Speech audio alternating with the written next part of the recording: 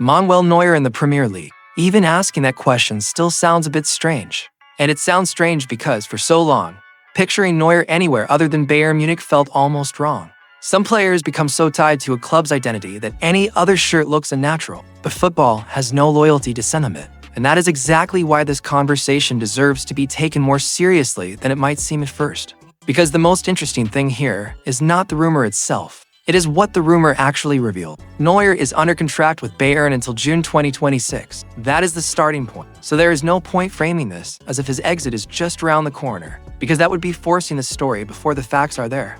But it would be just as naive to pretend everything is settled, calm, and fully under control. It is not. His future is still open. And when a figure of that size enters a gray area, the market pays attention. That is why links to the Premier League, including Brighton, start to appear, along with other speculative scenarios. And that brings us to the real question. Why is this discussion still alive? Because with Neuer, this has never been just about a contract. It is about physical condition, technical level, symbolic weight, and long-term planning. Bayern are not dealing with an ordinary goalkeeper nearing the end of his career. They are dealing with someone who reshaped how the position is viewed in modern football. For years, he was not only the last line of defense, he was also the beginning of build-up, the protection behind a high line, and a major emotional presence in big matches. So the question is not simply, can he still perform at the top level? That is far too shallow. The real question is this: how long does this continuity still make sense as a sporting project? Because there's a massive difference between respecting a legacy and delaying a transition out of attachment. And that is where the heart of the issue sits. If someone looks at his age and simply says, he's 40, he's finished, they are choosing the laziest opinion available. It sounds decisive, but it is actually weak because it demands less thought than repeating a cliché. Technically, Neuer still gives you something. His display against Real Madrid, for example, was not the performance of a former great living off reputation. It was the display of a top goalkeeper with presence, timing, authority in the box, and composure under real pressure. So no, this is not a case where reputation is hiding an obvious decline. His current level still gives Bayern a case to make. But having a case in the present does not settle the future. That is the part many people ignore in elite football. You cannot look at one big night and decide everything is fine. A top club has to think about continuity, physical management, availability, competitive projection, and succession. That is where the Neuer conversation stops being emotional and becomes strategic. If Bayern believe he still offers security, leadership, distribution, and competitive value, then keeping him can make sense. But it only makes sense if that decision comes with clarity. Clarity about his role, clarity about his minutes, clarity about who comes next, and above all, clarity about what Bayern want to become over the next few years. Because the problem is never renewing with an icon.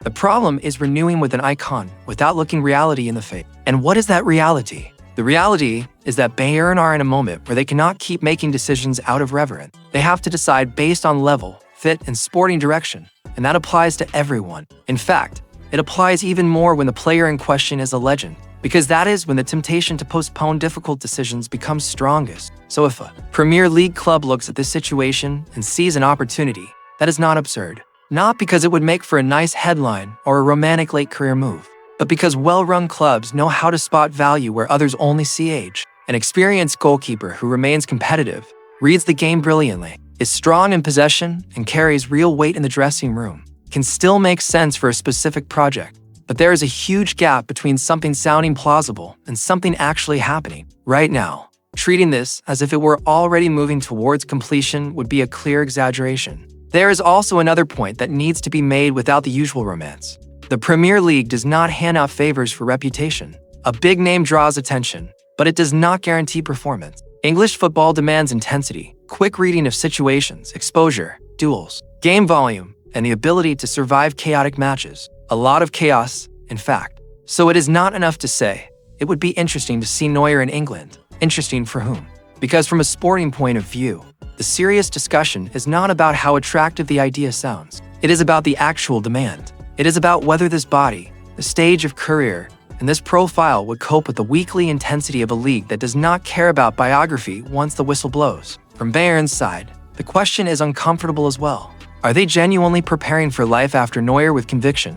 Or are they simply postponing the conversation because it is still convenient to have someone of that stature around? Because sometimes the greatest risk with a legend is not that he drops off dramatically. It is that he remains good enough to make the decision harder. And maybe that is exactly what is happening here. Neuer is still delivering enough to keep the debate open. and that makes everything more complicated. If he had already fallen clearly below the required level, the decision would be easier, but he has not. He is still producing performances that stop Bayern from drawing a clean line under this story. And that is why the whole issue becomes exactly this, a conflict between a present that still holds value and a transition that, sooner or later, will have to happen. In the end, this conversation says as much about Bayern as it does about Neuer. It is about how a giant club manages the slow ending of an era. It is about having the maturity to renew without making a stupid break from the past. It is about having the courage to move on without turning it into disrespect. Because Bayern will have to show that they can go through this process without falling into two very common traps, emptying gratitude on one side, emotional dependence on the other. And Neuer himself will also have to decide what kind of ending he wants for his own career. Does he stay where he built his legacy, with status, familiarity, and control? Or does he push for one final major chapter outside Germany, in a completely different environment, where his name would still carry weight, but would not protect him from scrutiny? That is the real weight of the situation. Because the question is no longer whether Manuel Neuer was a giant of the game. That has been settled for years. The real question now is different. Does his next step still belong to Bayern's future? Or has football already started pushing this story in another direction?